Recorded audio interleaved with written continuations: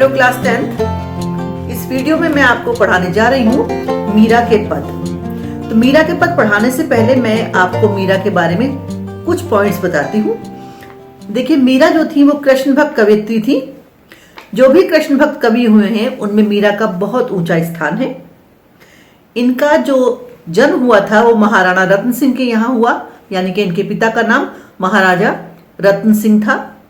इनका विवाह जो हुआ वो भोजराज से हुआ था, जो चित्तौड़ के राणा सांगा के पुत्र थे, लेकिन विवाह के 7-8 साल बाद ही उनका देहांत हो गया। मीराबाई जो थी वो बचपन से ही कृष्ण भक्त कवयित्री थी। उनकी जो सारी रचनाएं हैं वो मीराबाई की पदावली के नाम से संकलित हैं। एक बात खास और, इनके जो गुरु हैं वो संत कवि रैदास माने जाते हैं। तो ये मीराबाई का एक छोटा सा परिचय हो गया। तो देखिए, मैं पढ़ने जा रही हूँ पद और उसके साथ शब्दार्थ और आपको उसकी व्याख्या समझाती हूँ। हरि आप हरो जनरी भीर, द्रौपदी री लाज राखी आप बढ़ायो चीर, भगत कारण रूप न हरि धरियो आप शरीर, बूढ़ तो गजराज राख्यो काटी कुंजर पीर, दासी मीरा लाल गिरधर हरो महारी भीर। तो देखिए, इस पद में हरो का अर्थ है दूर करना, जन का अर्थ है भक्त, भीर कहते हैं विपत्ति और दुख को, चीर का अर्थ होता है वस्त्र, और गजराज हाथी को कहते हैं, आप जानते ही हैं, और कुंजर भी हाथी को कहते हैं। तो जो मीरा के आराध्य देव हैं वो श्री कृष्ण हैं, जो सारे भक्तों की कठिनाइयों को दूर करते हैं। उन्हीं से वो चाहती हैं कि वो उनकी विपत्ति को भी दूर कर दें। तो देखिए, इसको इस है हरि आप हरो जनरी भीर। हरि यानी कि श्री कृष्ण, आपने तो सभी की कठिनाइयों को दूर किया है, इसलिए वो उनकी विपत्ति को, उनकी कठिनाइयों को भी दूर कर दे। देखिए अगली लाइन है, द्रौपदी री लाज राखी आप बढ़ायो चीर। द्रौपदी की रक्षा के लिए, उसके सम्मान के लिए आपने उसके वस्त्रों को बढ़ा दिया था। यानी कि द्रौपदी का जब असम्मान हो रहा था, उसकी लाज के लिए आपने उसके वस्त्रों को बढ़ा दिया। आप भगत के कारण मनुष्य का शरीर भी धारण कर लेते हैं। आपने डूबते हाथी को बचाया, उसी प्रकार से आप मेरी विपत्ति, मेरी मुसीबत को भी दूर कर दीजिए, ऐसा मीरा का कहना है। देखिए, मैं फिर इसको बताती हूँ आपको। हरि आप दूसरों के कष्टों को दूर करने वाले हैं। उदाहरण के तौर पर कहती हैं, द्रौपदी की लाज की रक्षा के लिए उसके वस्त्रों को बढ़ाया था। भगत के कारण अपने तो नरहरि का रूप भी धारण कर लिया था। डूबते हाथी को आपने मगरमच्छ से बचा दिया था। मीरा के तो एक ही गिरधर हैं, मीरा के तो एक ही हैं, वो है श्री कृष्ण, जिन्होंने गिरी को धारण किया था, और वही उसके दुख को दूर करने वाले हैं। उन्हीं से मीरा जो है वो विनती करती है कि उनके दुखों को वो दूर कर दे। तो देखिए, ये पहला पद हो गया। दूसरा पद देखिए इसका, साम महाने चाकर राख्यो जी, गिरिधर लाला महाने चाकर राख्यो जी, चाकर रहस्यु बाग लगास्यु, निट उठ दर्शन पास्यु, वृंदावन सी कुंज गली में गोविंद लीला गास्यु, चाकरी में दर्शन पास्यु, सुमरण पास्यु खर्ची, भाव भक्ति जागिरी पास्यु, तीनों बाता सरसी, मोर मुकट पीतांबर सोहे, गल वैजंती माला, वृंदावन में धेनु चरावे मोहन मुरली वाला, ऊंचा ऊंचा महल बनावा बिच बिच राखू बारी, सावरिया रा दर्शन पासू पहर कुसुम्बी सारी, आधी रात प्रभु दर्शन दीजो जमुनारी तीरा, मीरा रा प्रभु गिरधर नागर हिबड़ो हड़ो अधीरा। तो देखिए, इसमें मीराबाई श्री कृष्ण से ये विनती करती हैं कि वो उनको अपने यहाँ नौकर रख लें, अपने यहाँ चाकर बना लें, यानी कि अपने यहाँ नौकर रख लें। उससे ये लाभ होगा कि जब मीरा श्री कृष्ण की यहाँ नौकर बन जाएंगी तो श्री कृष्ण के दर्शन का उनको लाभ मिलता ही रहेगा। तो वो जब वहां पर नौकर रखी जाएंगी, यानी कि श्री कृष्ण उनको अपने यहाँ रख लेंगे काम पर, तब वो बहुत सारे ऐसे कार्य करेंगी जिससे श्री कृष्ण के दर्शन उनको होते रहें। श्याम मुझे अपने यहाँ नौकर रख लो, वो कहती हैं, जिससे कि मुझे समय समय पर तुम्हारे दर्शन होते रहे। चाकर रस्यु बाग लगास्यु, उसके बाद वो क्या करेंगी, बाग बगीचे लगाएंगी, और जब श्री कृष्ण उन बाग बगीचों में आएंगे तब वो उनके दर्शन करेंगी। वृंदावन री कुंज गली में गोविंद लीला गास्यु, और वृंदावन की गलियों में वो श्री कृष्ण की लीला के गीतों को भी गाया करेंगी। चाकरी में दर्शन पास्यु सुमरण पास्यु खर्ची, कहते हैं जब वो उनके यहाँ नौकर बन जाएंगी तब उनको उनके दर्शन करने का अधिकार खुद ही मिल जाएगा।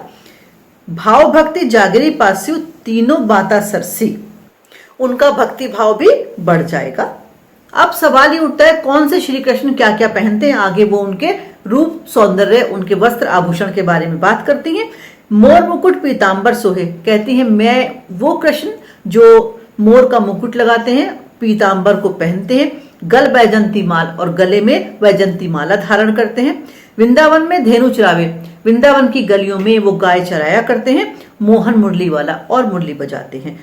उन श्री कृष्ण के लिए ऊंचा ऊंचा महल बनावा, वो ऊंचे ऊंचे महल बनाएंगी और उन महलों में बहुत बड़े बड़े झरोखे रखेंगी ताकि श्री कृष्ण जब इधर उधर से गुजरे तो वो उनके दर्शन कर सके।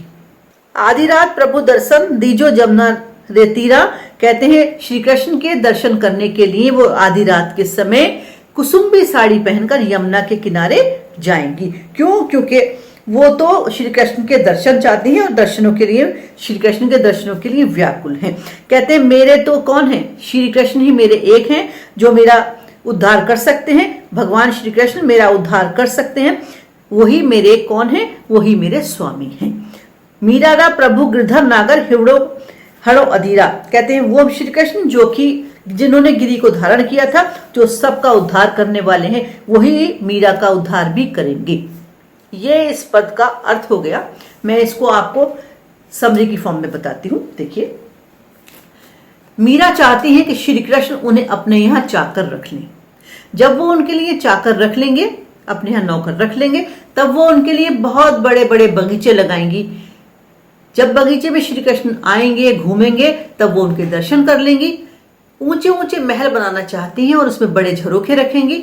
उन झरोखों से श्री कृष्ण के दर्शन किया करेंगी। और जब श्री कृष्ण यमुना के किनारे मुरली बजाएंगे, तब वो आधी रात्रि के समय कुसुम्बी साड़ी यानी कि फूलों वाली साड़ी पहनकर उनके दर्शन करेंगी। कुंज की गलियों में उनकी लीला को गाएंगी और वो उनकी चाकरी करेंगी। साथ में उनको ही लाभ मिलेगा कि वो श्री कृष्ण के निकट रहेंगी, क्योंकि वो चाहती है कि जिसने सारे संसार के दुखों को दूर किया वो उनके कष्टों को भी दूर कर दे।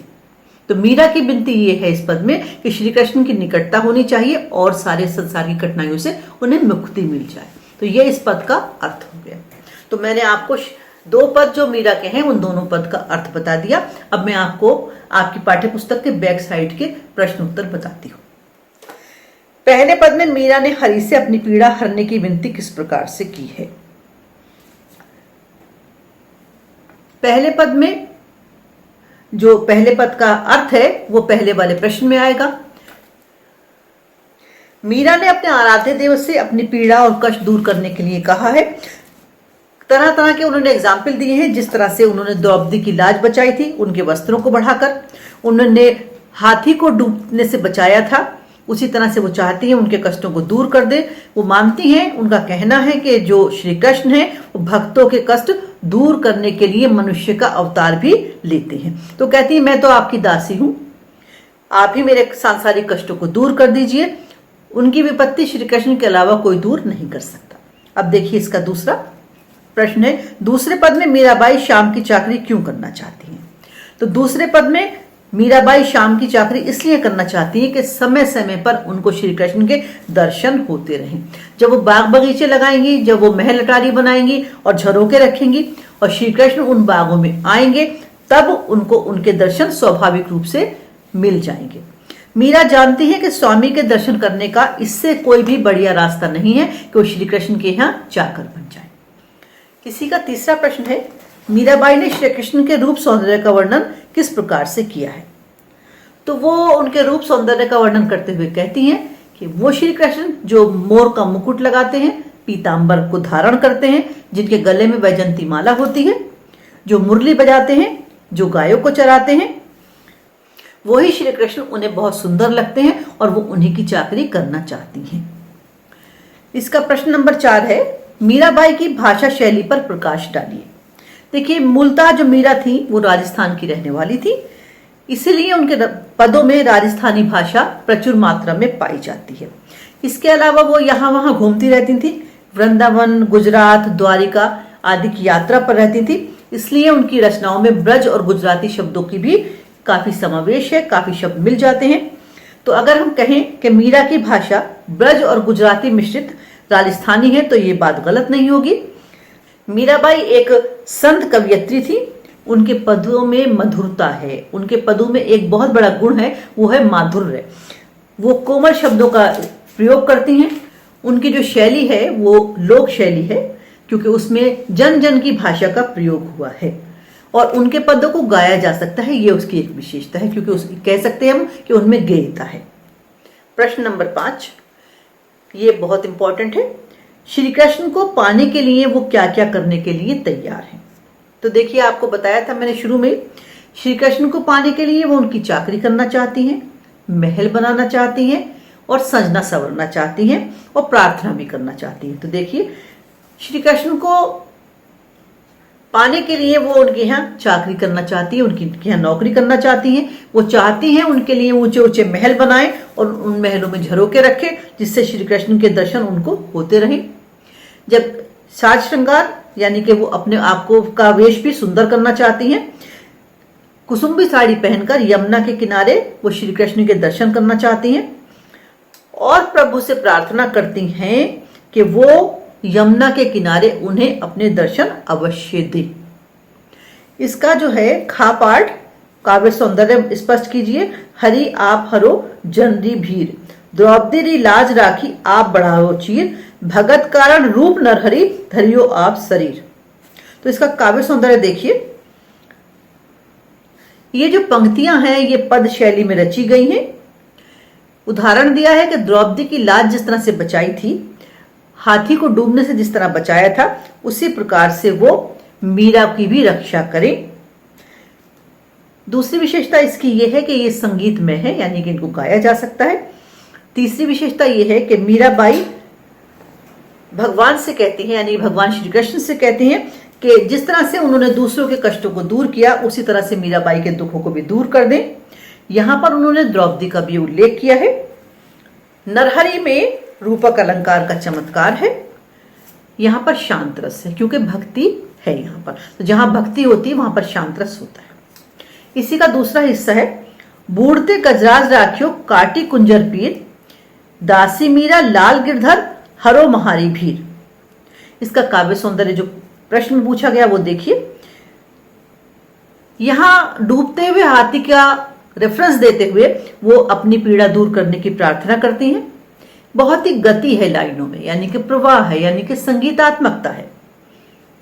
डूबते हाथी का उल्लेख कर यहां पर उन्होंने दृष्टांत अलंकार का चमत्कार उत्पन्न किया है। तो दृष्टांत अलंकार शायद आपने कभी सुना ही नहीं होगा, क्योंकि छोटे क्लासेस में यह अलंकार नहीं होता। इसमें शांत रस है और मधुरता है। गिरधर में बहुब्रीहि समास है। गिरधर यानी गिरी को धारण करने वाला कहा जाता है श्री कृष्ण को। यहाँ पे राजस्थानी लोक भाषा का सुंदर प्रयोग किया गया है। इसी का तीसरा है, चाकरी में दर्शन पास्यों सुमरण पास्यों खर्ची, भाव भक्ति जागिरी पास्यों तीनों बाता सरसी। देखिए इसका काव्य सौंदर्य। मीरा कृष्ण की चाकरी करने में ईश्वर दर्शन की बात कर रही हैं। इससे दर्शन करने से उनका भक्ति भाव और बढ़ेगा। ये पंक्तियां भक्ति भावना को बहुत अधिक व्यक्त करती हैं। यहां पर शांत रस है। ये पद है, ये पद की ही पंक्तियां हैं, आपको पता है, इन्हें गा सकते हैं। मीरा अपने आराध्य देव से अपने आप को नौकर रखने के लिए कहती हैं, जिससे स्वामी के दर्शन उनको होते रहे। भाव भक्ति में भा के कारण अनुप्रास अलंकार है। राजस्थानी लोक भाषा के शब्दों का प्रयोग किया गया है। तो ये हो गए आपके पाठ्य पुस्तक के जो बैक साइड के प्रश्नोत्तर होते हैं वो हो गए। इसको देखने के बाद जो शब्दार्थ हैं, यानी कि जो कठिन शब्दों के अर्थ हैं, वो अपने जो भी पद हैं उसके साथ उनको अर्थ को नोट कर लीजिएगा, ताकि बाद में आपको सरलता रहे, सुविधा से अर्थ रिकॉर्ड हो जाए। अब अगले वीडियो में मैं आपको इसका एमसीक्यू दूंगी, इसको अच्छी तरह से देखिएगा और मेरे वीडियो को वॉच करते रहिए। Thank you.